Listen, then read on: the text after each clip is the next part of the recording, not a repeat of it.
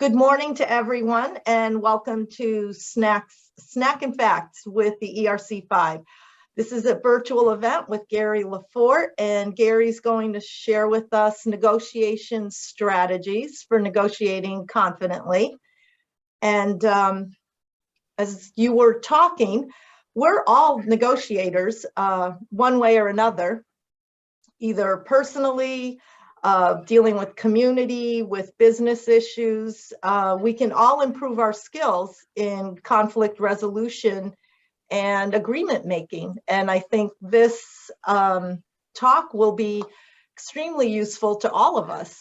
I know that Amy comes from senior living, and I know as a senior living counselor, I was always negotiating with folks.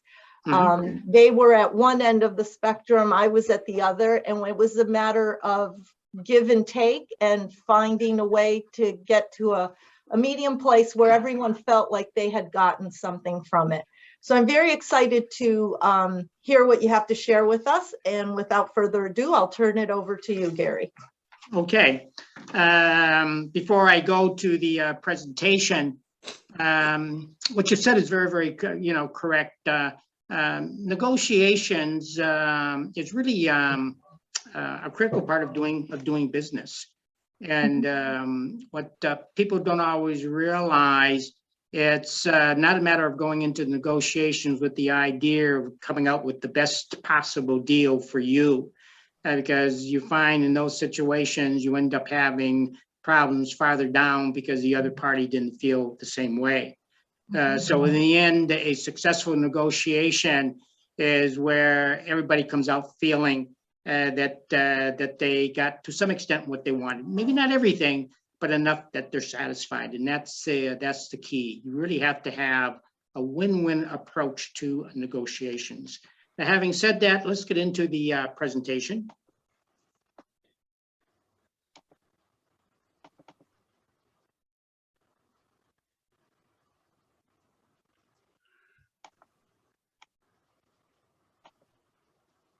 Okay, hopefully everybody can see this. Again, this is a negotiation strategy for negotiating confidently. Before we get into the presentation, let me tell you just a little bit briefly about myself as far as my negotiating background goes. I spent 22 years in the military. The last roughly 10 to 12 years of the military was spent in the research and development area.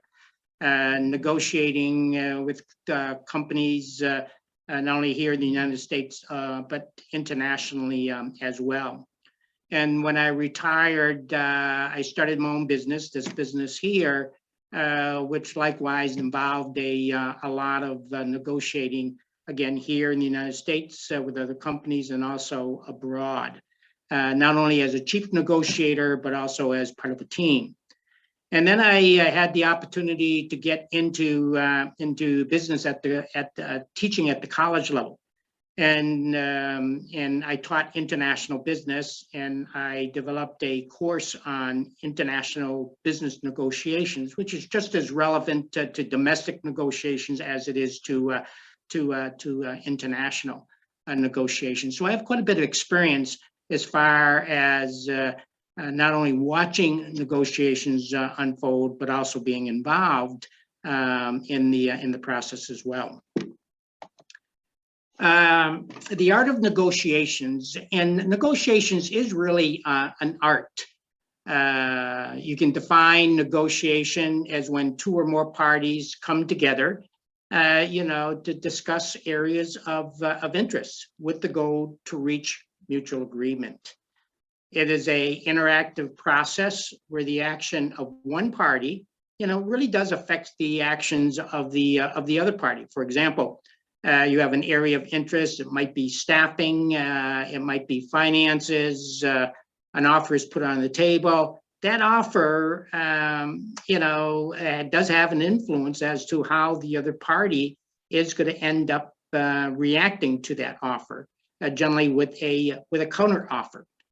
So it is an interactive type of process, and as I said earlier, a successful negotiation is where all the parties involved walked away satisfied with what was agreed to at the end of the negotiations. I can't begin to tell you how important that it is that the parties involved feel that they're walking away with something.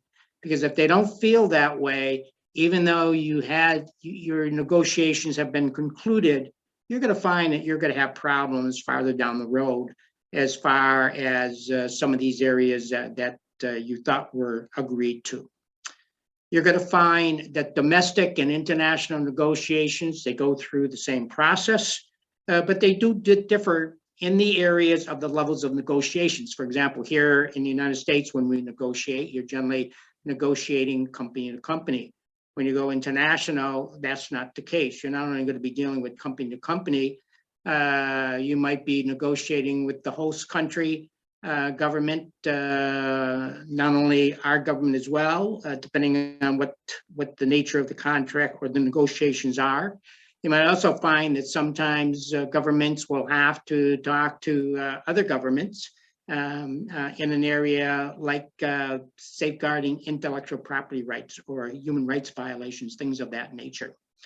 And obviously, international negotiations involve cross-national borders. You're dealing with other foreign countries, so you're not just operating in your own environment in terms of economics, politics, the social environment. You're also the cultural environment, but you're also interfacing with the political, the economic, cultural environment of the country that you're dealing with.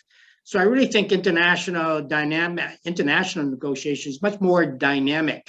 You really do have to know the parties that you're dealing with and the countries where they're from. And I find that really very interesting and challenging. Negotiations, I find, is a three-stage process. It involves stage one, planning and preparation, stage two, which is negotiations itself, and surprisingly, a stage three, which is post-negotiations. Now, when you get to stage one, planning and preparation, by the way, something I meant to say in the beginning, what I thought I'd do as we unfold the discussion, the presentation, that at the end of each one of these stages, I would give everyone an opportunity to ask a question or two relating to that stage. And then at the end of the presentation, we can have a more open forum as far as questions and answer goes in terms of negotiations in general. And from my perspective, this stage is the most important part of the negotiating process. It really establishes the conditions for a successful negotiations. And surprisingly, my experience over the years is it is surprising how some companies, I won't say all companies, but some companies have the tendency not to recognize how important prior planning and preparation is into negotiations. It isn't just a matter of going into the negotiations itself. The planning and preparation really sets the stage for successful negotiations. You know, it defines what you want to achieve. You know, why do I want to negotiate? You know, what are the areas of concerns, sometimes identified or areas or issues? It can include things like ownership, pricing, staffing, who provides what resources, technical support, maintenance, intellectual property rights like patents, copyrights, advertising. You know, on negotiations, the list can be quite extensive. And that's why it's really important when you're developing these areas of concerns to have an open dialogue, you know, with the people that you're going to be negotiating with, because they likewise have their areas of concern, and you want to kind of mesh the two together before you go into negotiations. You need to know who you're negotiating with. You know, who is that negotiator from the other party that you want to do business with. And I found that the best way of doing that is by conducting a SWOT analysis or assessment. And by that mean, By that, I mean, you look at their strength, their weaknesses, their opportunities, and their threats. And if you know the company because of past prior experience, then you may have a lot of insights as to what that assessment is. But if you don't, with today's information technology field, through the internet, you can find an unbelievable amount of information about a company, not only literature that they put out themselves, but reviews on a company's performance. So the message here is you really do need to do your homework before you go into negotiations as to who you're going to be dealing with and what can be your expectations. It's really critical to develop what I refer to as a business negotiating plan. And this is a plan that kind of establishes thresholds for each of the negotiating or areas of concern that you've identified between yourself and the company or organization you're going to be dealing with. And this business plan for each of these areas sort of lay out a going-in position, one or more fallback positions, and a bottom line position as to what you would like to walk away with as far as that specific area goes. And you would do that for each of the areas that you've identified with your negotiating party. And then the last step is really planning for the negotiations itself. You're going to look at things like agenda, schedule, meeting sites, introductions, and negotiating styles. For example, agendas. The agenda is very important because what you do is you try to prioritize the areas of concern for discussion. Are you going to do the hardest first and then go to the easiest, or are you going to go to the easiest first and then the more difficult issues or areas later on? A good rule of thumb that I've found is you generally want to do the easy ones first and leave the more difficult ones towards the end, because it's very, very easy to get bogged down when you have issues between two negotiating parties, that's not clear cut, that it's going to take some time to work your way through it. So you want to make sure you're able to get through your negotiations. And certainly the meeting site is very important. What many people don't realize is that when you go to, say, the other negotiating side for holding the meeting, they really have an advantage over you, and that they don't have to do any traveling. They have their staff readily available. They can be much more responsive to the changing needs that occurs during negotiations. So if you ever have a choice of having negotiations at someone else's location or your own location, always try to meet at your own locations. And obviously, it's important to have a schedule. Negotiations can go on endlessly if you don't try to set some deadlines as to how you're going to accomplish certain things during the negotiations, how much time you're going to spend on each negotiating item. And the introduction is also very important. And this gets back to my earlier comment of really knowing who you're negotiating with.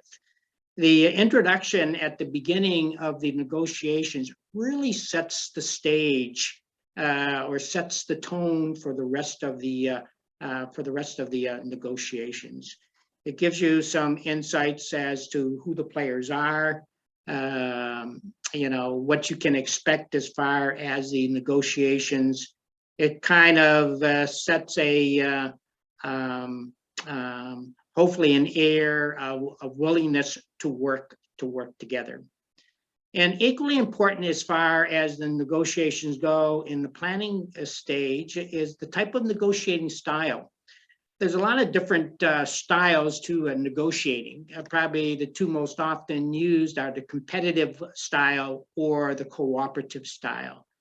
Americans tend to have a very competitive style, aggressive, somewhat confrontational, not necessarily offering a lot of concessions, not afraid to walk away if you feel that you're not getting what you want. And this can, especially if it's overly aggressive, can really lead to what I refer to as a win-lose approach to negotiations, because the other party may not be as competitive and could be easily intimidated, or they feel that you're not serious, about really trying to negotiate a good agreement. And so the cooperative style is, I think, better suited to negotiations, because here it's a give and take situation. You're more willing to listen to what the other negotiators have to say. You're more willing to entertain concessions. You encourage asking questions, which provide more information. It's a more friendly, conducive environment to reaching agreement. And I think the cooperative attitude to negotiation is generally what leads to the win-win situation that I mentioned earlier. So as I said earlier, the planning and preparation stage is really the most critical part of this overall process. Now, having said that, does anyone in the audience have a question that you would, or a comment or observation that you would like to bring up?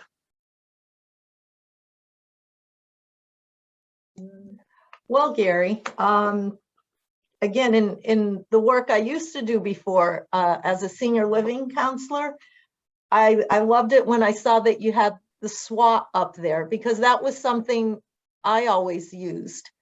So that I knew the strengths, weaknesses, opportunities, where did they feel threatened? And that was always very helpful to do before we sat down and tried to start negotiating. Would there be a move-in? What would that move-in look like? Move-in date, all of that. But it was very helpful in just having a better understanding of where the person I was entering into the negotiations with was coming from. So I love that idea. That hit home for me. Yeah, and many people don't realize that it's important. You really do, if you've never done this, especially true if you've never done business or you're unfamiliar with the company or with the negotiators. This insight does give you an idea of where they're coming from, their management style, just how far you can push them, and give you sort of an insight as their willingness to make concessions. Yes, and Isabella has a few. I have a question. So when you were talking about like the cooperative and competitive negotiation styles, do you have any like best practices that people can take when they go into a negotiation and they're expecting like a cooperative negotiation, but it turns out being competitive? Is there a way that like they can sort of like plan to switch their like strategy mid negotiation if it were to like turn one way or the other? Yeah, exactly. That's why I say this is an interactive type of process. You do change your strategies, as you or your positions on areas of interest as the negotiations unfold. And if you find that someone is being too aggressive, you can always bring that up in the open forum, that we really need to spend more time asking questions and getting information, and a pushy attitude doesn't accomplish that. And the key really, when it's all said and done, is how serious both parties are to really want to reach an agreement. Because if you really want to do business, for example, you'll find that you can make high offers or low offers. Tendency, if you make a low offer, is because you really want to do business with this company and you're willing to really make concessions. And so if you find that they want to go in a different direction, or they want to go in a direction that you hadn't thought about, then you may very well be willing to change your approach in the hopes of being able to conclude that. So it's a give and take proposition. You're constantly assessing who you're negotiating with and making adjustments accordingly. And if they find a competitive strategy is very repulsive, for you to continue to use that type of a strategy, you've got to recognize the fact you're not going to, probably be successful in the end in negotiating a good deal. And the failure to recognize that is really what leads to a lot of times what I call an impasse, where you no longer can make concessions and you feel that it's time to move away from the negotiations. Now, I said earlier in the presentation that a business negotiating plan is really, really important. I can't emphasize how important this is. Negotiation isn't just going in and sitting down and you make an offer and you see what the other side counter offer is, and then you contemplate right there and then, well, what's going to be my follow-on counter offer. That type of approach really does lead to giving the impression that you're not prepared. You lose your bargaining power positioning, and you end up not getting really what you wanted because you didn't think about beforehand what would be your fallback positions. And so a business negotiating plan, this is kind of a format that you can follow for each one of the areas that you want to negotiate. You have a going in position, at least one fallback position, and a bottom line position.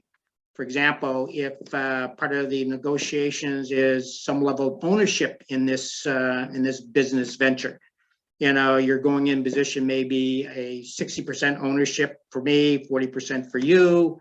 If they find that unacceptable, fallback positions could be 55%, 45%, 51%, 49%.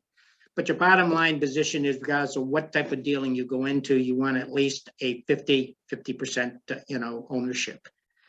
Pricing is another area. What is your going in pricing position? What are your fallback positions? What is your bottom line position? In other words, below a certain price, you're just not going to sell your product, regardless if you want to get your foot in the door, say with a much larger company or a global company.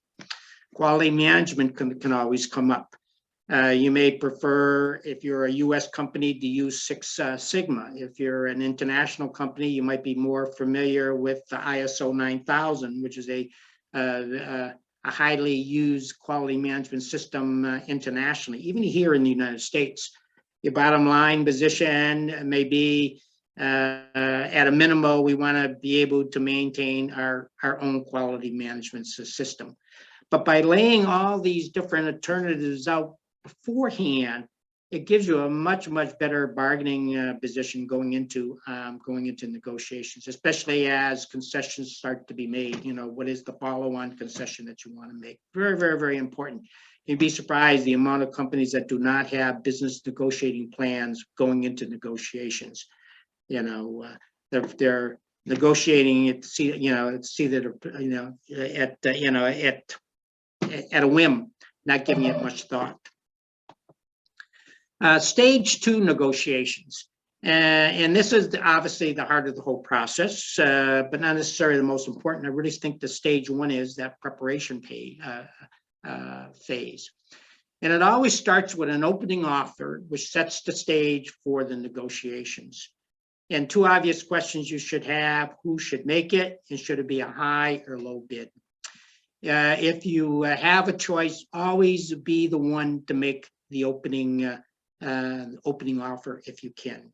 This does really give you a first in advantage. You make the first offer. It makes the negotiator from the other side sort of have to look at what their position is and offer, either reject it or make concessions. You are much more better negotiating position if you can make the first offer. The offer can be a high bid or a low bid. A high offer is generally done because you want to test the water. You really want to see, how much room you have as far as negotiating go. If it's a low bid, then, it may be seen as a sign of weakness, but it also could be an indication that you really want to do business with this company, That's why you're really willing to make going in a very low bid. Research has found in general that it's always better to go in with a high offer to sort of test the water as to how serious the company is, the other company is, or partner, or the other negotiator is about doing business. It also gives you an opportunity of providing more time to collect information. I think an important feature of negotiations that negotiators tend to lose sight of is that it's good to ask questions during the negotiations. It's not necessarily designed to delay the process. It's really designed to get more information on the table to better allow you to make an informed decision. Americans don't do this very well. Americans don't like to ask a lot of questions. You know, they want to get on with the negotiations. They want to conclude it as quickly as possible and then move on because they probably have another negotiation or another meeting to attend. And the international community loves to see that, especially Asians, because if they know if they wait long enough and not reply right away, then Americans would tend to make concessions a lot earlier than they would otherwise. Matter of fact, it's surprising. Americans will offer an offer. Your Asian counterpart may say nothing. Americans sit there waiting, expecting a response because they didn't get a response, assume that, well, geez, this negotiator is not happy with my response. So they put another counter proposal to their own proposal on the table, you know, and negotiators look at the US and say, do you realize what you just did? So don't be afraid of asking questions. It really does allow you to provide, to collect information to make a better informed decision. And this is where the business negotiating plan really becomes very critical to a successful negotiation. You know, it does facilitate making reasonable and well thought out counter offers, and it does show a willingness to make compromises as the negotiations unfold. Because what you're trying to avoid is what's called impasses in negotiations. This is where you make an offer, the other side makes an offer, you make counter offer, but eventually you get to the point where you're not happy with the responses to date, and so negotiations come to a halt. And when negotiations come to a halt in terms of an impasse, then you're in the process of losing that negotiation. Persuasion is a critical skill in negotiation. It's important not to be pushy, but rather encourage the exchange of information, which is generally done through asking, well thought out questions. And certainly, I think we can all appreciate that the negotiating styles of the parties do influence negotiating outcomes. A very competitive type of style upfront immediately leaves the impression that it's a win-lose type of situation. This is my position, take it or leave it. And you'd be surprised the amount of negotiators that'll leave it because they're not satisfied with it. Whereas if you're more collective or cooperative, then it keeps the door open to provide more information to hopefully reach some common grounds, at least as far as that area goes. And it's also important to know when to close negotiations.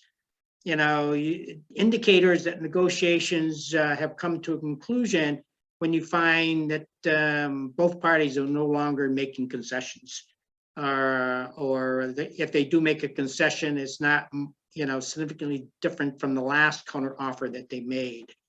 Negotiators have met their goal. I got what I wanted. I don't need to negotiate anymore. Let's bring it to a conclusion. And sometimes, as we said earlier in setting the schedule, they'll actually put time limits as to how long you can negotiate in a specific area, or how long negotiations will go on. They don't want it to go on for an indefinite period of time. So there's a number of indicators out there that tells you when the time is right to close the negotiations. Now that basically concludes stage 2. Any questions as far as stage 2 goes that you might have? That is the negotiations itself.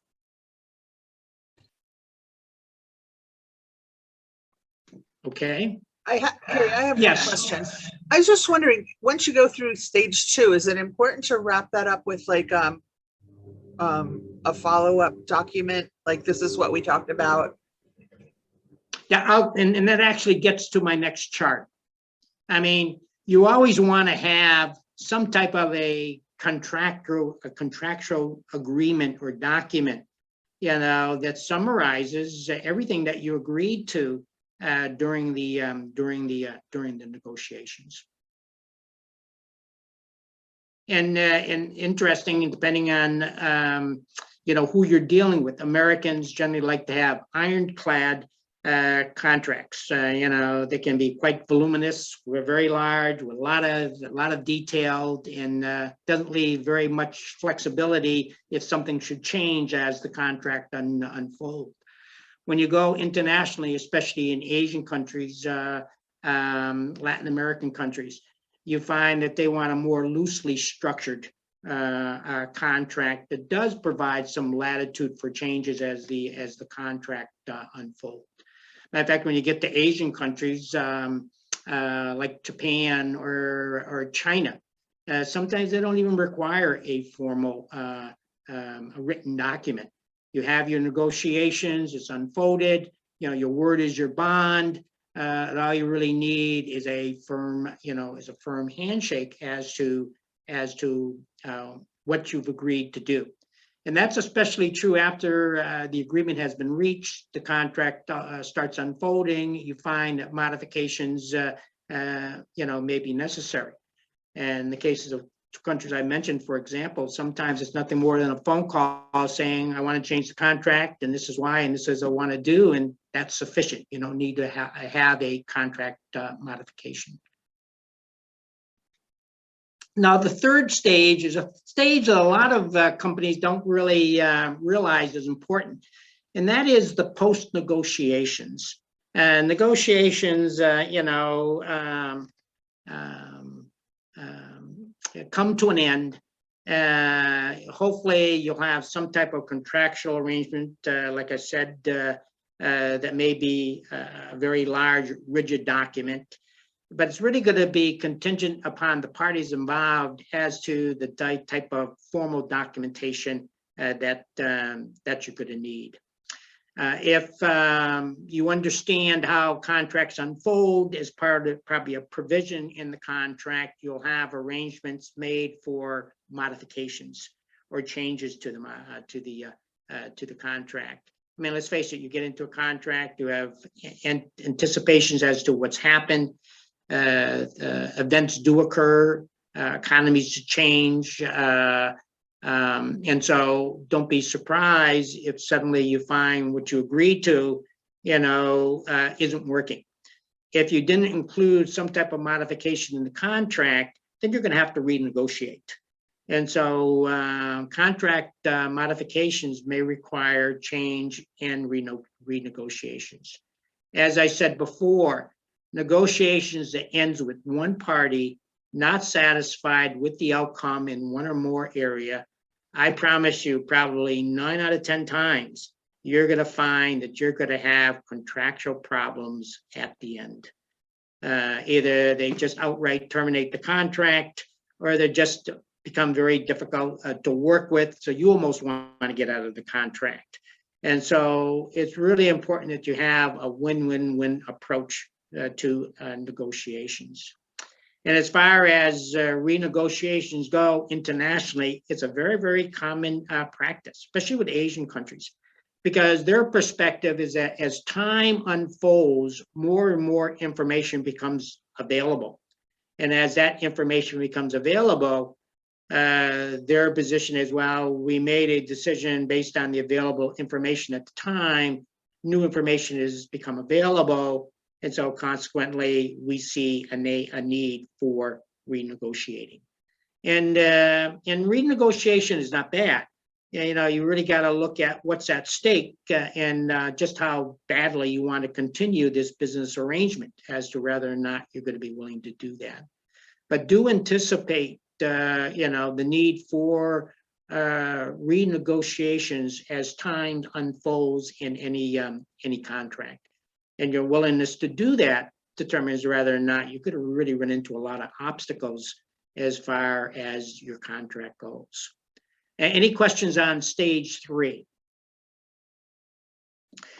The last part of my presentation is really what I call lessons learned in conducting business negotiations. Somewhat rehashes some of the things that I've said, but I've tried to be a little bit more specific in terms of the next 2 charts.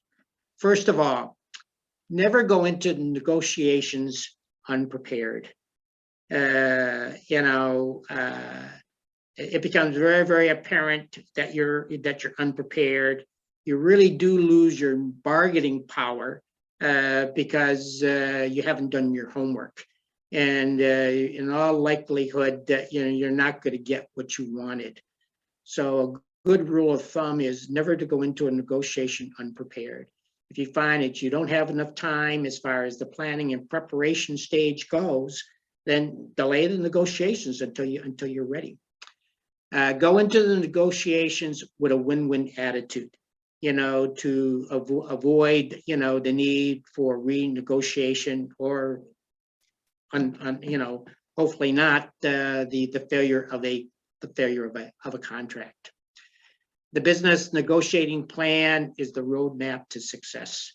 You know, I'm not saying it has to be a lengthy, detailed, you know, breakout with multiple fallback positions, but you should identify with your negotiating partner what the areas of interest are, and once that's done, you know, within your company, figure out, geez, what is my going in position? Is it going to be high or is it going to be low? What's my fallback positions?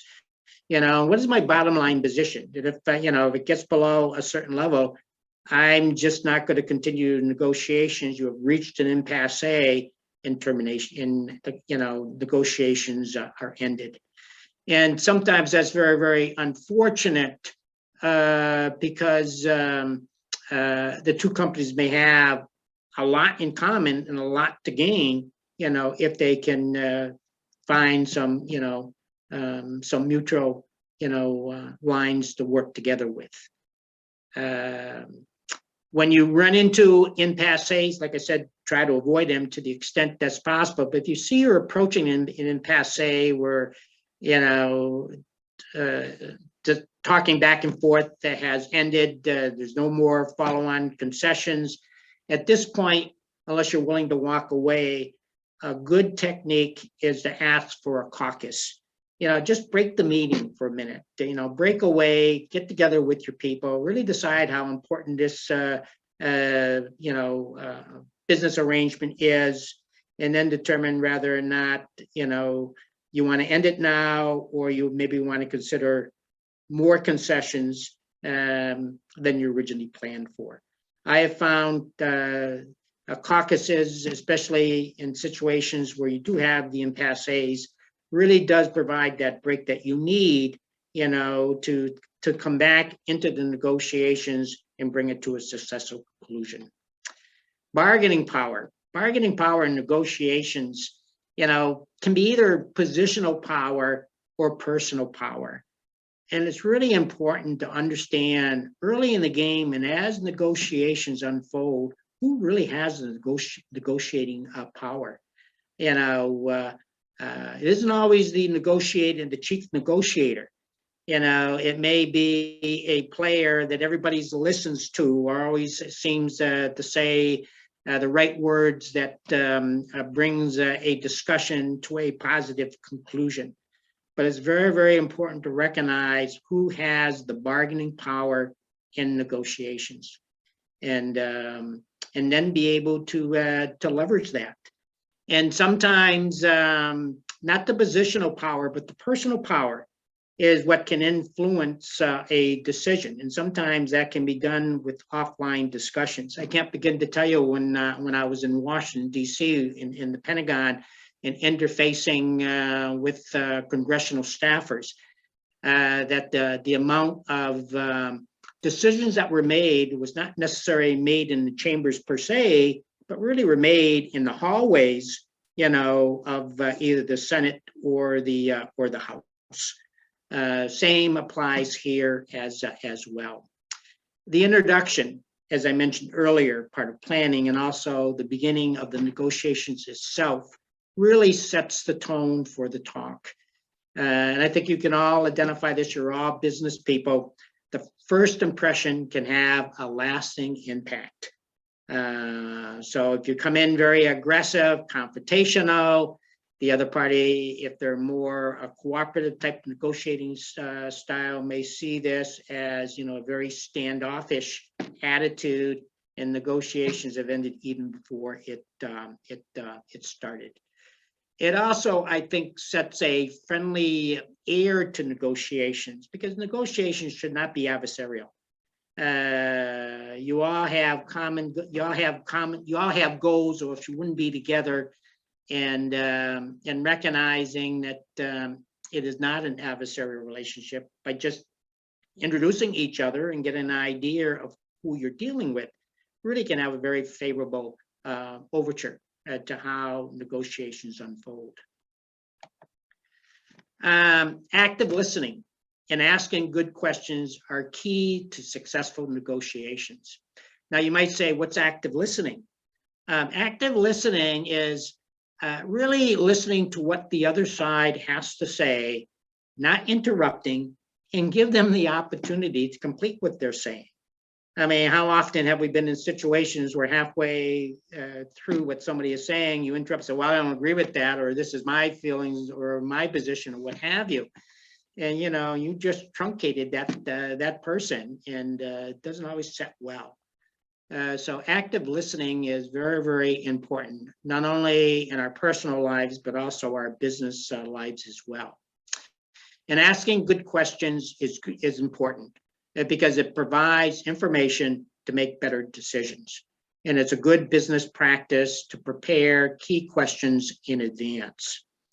Be careful of nonverbal cueing during negotiations. It can send the wrong message, especially in the international settings. I mean, we've been at meetings, maybe not necessarily negotiating meetings, but, side discussions, send a negative message when somebody is looking at their watch or on their cell phone. It conveys, a message as well. This is especially true in the international setting. For example, here in the United States, if you use the OK sign, it generally indicates everything's okay. If you're in France, it generally has a negative connotation to it. So if you're in France and you're negotiating and you use the OK sign because you think the negotiations are going great, your French counterpart can say, oh my God, he used that symbol, which means negotiations are not going well. In Japan, the OK symbol has a monetary connotation to it. So nonverbal cueing, not only in your own domestic setting, but internationally, do convey sometimes wrong messages.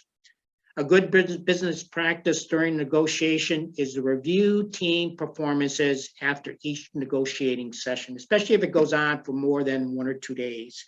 It really gives you a chance to regroup, kind of assess your understanding of your company, where you think they're coming from, and it better prepares you to go back into negotiation. Sometimes you'll even change your negotiating style if you feel that it's not working. In the international negotiations, understanding the cultural background of the negotiator is critical to successful negotiations. I think that may even be true in a domestic setting. If you're dealing with companies that are from another part of the world, but they're operating here in the United States, you need to understand their cultural background of where they're coming from, as to if you want to be successful. For example, if you're negotiating with a Japanese company here in the United States, they have a domestic operation here. You may not necessarily find them as interactive as you would expect. expect a lot of silences between, say, counter offers. But that's just the Japanese way or the Asian way of doing business. They like to listen, they like to react slowly and then respond. Their lack of the silence doesn't necessarily mean that they're not interested. And in closing, I think the last observation I want to make is that certainly negotiation should be a win-win situation, but also recognize that that one of the major goals of negotiation is building long-term relationships. A very competitive type of style does not lead to that type of relationship, whereas a more cooperative type of style in negotiating does show a desire to really develop long-term relationships. So there are lessons learned sometimes the hard way, sometimes through experience. Now, I don't know if anybody in the group has had negotiating experiences. Have you learned any lessons that you would like to pass on to the group, or any comments on the lessons that I've outlined? Well, I guess when I first started my advocacy with the Alzheimer's Association, lesson that I learned, and some of what you pointed out here today that I was reminded of, is kind of leaving your ego at the door, because we would go in and we were trying to get funding for the Alzheimer's, and on a particular year, that wasn't a top agenda for our senators, representatives, congressmen. And taking that no was difficult. Learning to separate your ego from it. No today, a no on one particular year doesn't mean no next year. You have to kind of just know that they're telling you not right now, but we still believe in what you're saying. We agree with your mission, but sometimes when you're in the midst of that negotiating, you're presenting your thoughts, you just want them to come on board, and you forget to think that we have to find middle ground. We have to get there in due time. And sometimes, like a few things you mentioned here, it's leaving your ego at the door when you sit down for a negotiation, and knowing that it's a matter of coming together and finding that middle ground. Yeah. It is a mindset, and that's why I think it's so very important to go in with the win-win attitude. Hey, I want to, first of all, I want to have a successful negotiation, and it doesn't mean that I have to get everything that I want on my business negotiating plan. Matter of fact, there has to be some degree of reciprocity as far as negotiations go. As negotiations unfold, especially if you want to have a successful negotiations, you may make concessions. But inherent is a understanding that as the negotiations unfold, that the other party in a way has an obligation to reciprocate, maybe give in on something that they want, but willing to give in a little just to keep the negotiations going. It's an art, in a way, it's a game, but you're right. And as you said, as Americans, we sit down and we just want to get to the end result, and let's get through this quickly. And sometimes when you sit down with people, for me, again, I'm reflecting on my previous work, you sit down with someone from a different culture, and they come into the conversation, into that meeting room where we used to sit down, and they come in with a whole different perspective of doing things than the way you do. Yeah. And you want a signed contract, and they want to think about it, and then they call you on the phone in a handshake, or you have my word, so we are moving forward with you. It's always adapting to each negotiation that you sit down with. Yeah. I mean, even here in the United States, I mean, think about the negotiation between a company and a labor union. And a lot of adversarial type of relationships there, even though they both have the same common goal. They want to keep the business going, so that the company can make money and the employees continue to get a wage. but it can be very, very, very adversarial, and you really need to back away from that. And that's why I think this business negotiating plan becomes very, very important, because you do lay out what all the areas of interest are. You set you establish your going in position, your fallback positions, and your bottom line positions. And you'd be surprised how that can eliminate a lot of obstacles that occurs during an adversarial type of negotiations, like management in union. Yeah, that's a great point, because anytime you think about, just not to single them out, but teachers negotiations, or especially recently nursing Yes, negotiations, they yeah. seem to always turn adversarial. They all have the same mission or the same goal, right? To provide the best Yeah. care, the best education. But it seems that when they sit down at the table, it never goes well. Yeah. And they become adversaries instead Yeah. of knowing that they're actually in it and their goal is the same. They generally tend to go in with a very competitive type of style, very aggressive, confrontational. They don't want to give away too much because it's a sign of weakness. It brings up the question of bargaining power. Whereas they recognize, if they could only recognize that, there's nothing wrong in making concessions. If you know what your different thresholds are. And there is that understanding. Well, if I make a concession here, then hopefully they'll make a concession in another area to my satisfaction at a later date. So that's what I had to say today. I wish we had more people, because I think, in business today, negotiations are very, very, very important, especially if you're a company that has, say, a lot of subcontractors, or you're looking to establish, new business opportunities. It's all going to start with negotiations, and it is an art. Absolutely. I mean, regardless what work you're in, Yes. at some point you are going to need these skills of negotiation to sit down and be successful and get to your goal. And I think what's equally important for people to recognize, again, because of my background, I'm international business, is that the negotiating process is not much different internationally as it is nationally. You pretty much follow the same three stages. The only thing that might temper it is that you definitely need to be much more sensitive to the cultural overtures that you'll encounter in trying to do business in another part of the world, or even bringing their business here to the United States, to incorporate it into your company as, say, a complementary product line. Well, thank you very much for this wonderful I presentation. think we stayed within our 1 hour, and we had some good interacting, experience as to sharing of our, own experiences as far as negotiations go. Thank you very much. Okay.